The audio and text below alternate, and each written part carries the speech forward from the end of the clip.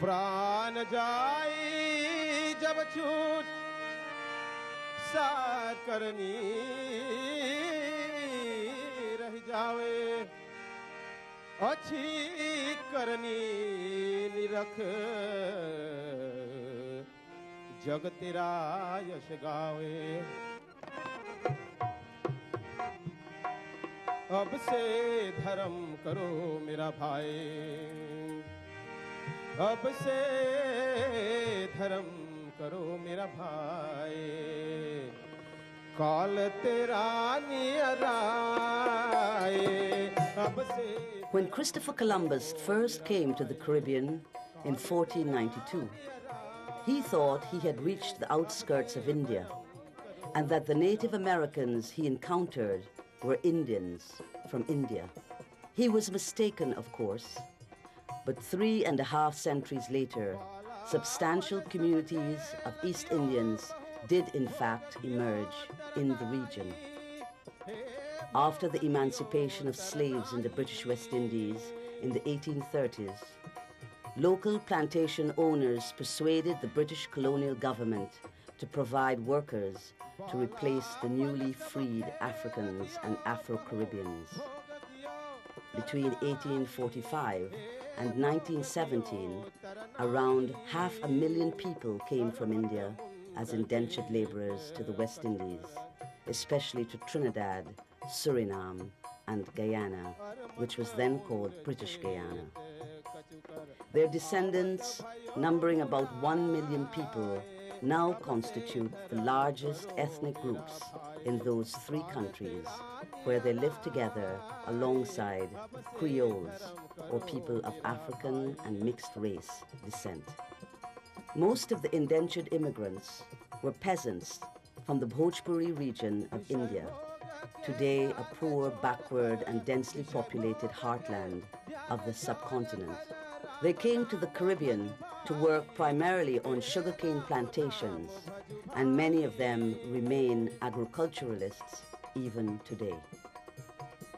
Although most were poor and illiterate, many of their descendants, drawing on traditions of thrift, hard work, and family cohesion, have prospered and urbanized. Over the generations, Indo-Caribbeans have modernized in many ways, and most have long since lost contact with their ancestral villages in India.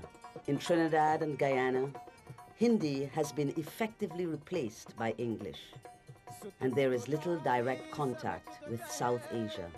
Nevertheless, modern Indo-Caribbeans, motivated by social conservatism, the richness of their cultural legacy, and a new sense of ethnic self-assertiveness, have perpetuated many aspects of their ancestral cultural heritage, from foods like roti and dal curry to the traditional religions of Hinduism and Islam.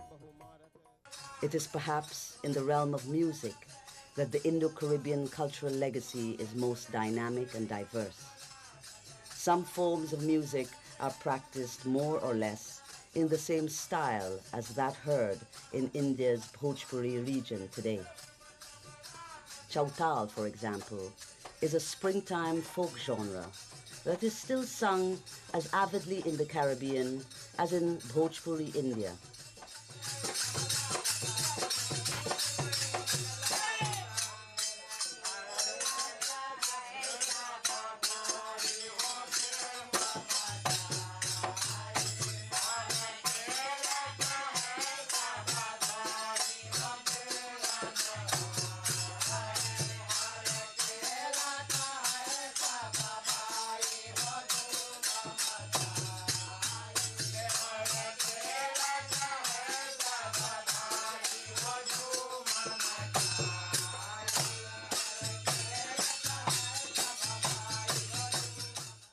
Other genres preserve archaic forms of Indian song dating from the indentureship period. The Birha, still sung in Suriname, resembles not the Birha of modern India, but the style which was popular in the first decades of the 20th century.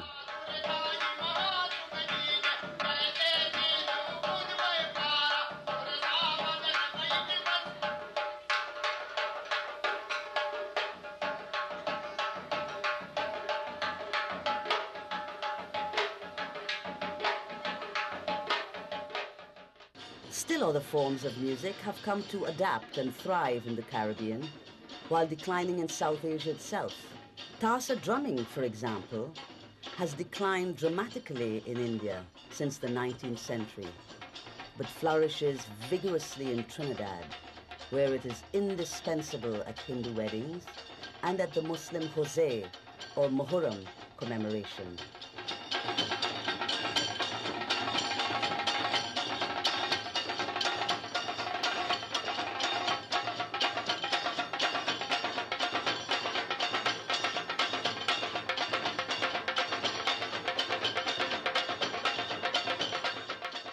In a category by itself is a music genre variously called Taan singing, local classical music, or in Hindi, Bhaita Gana, or sitting music.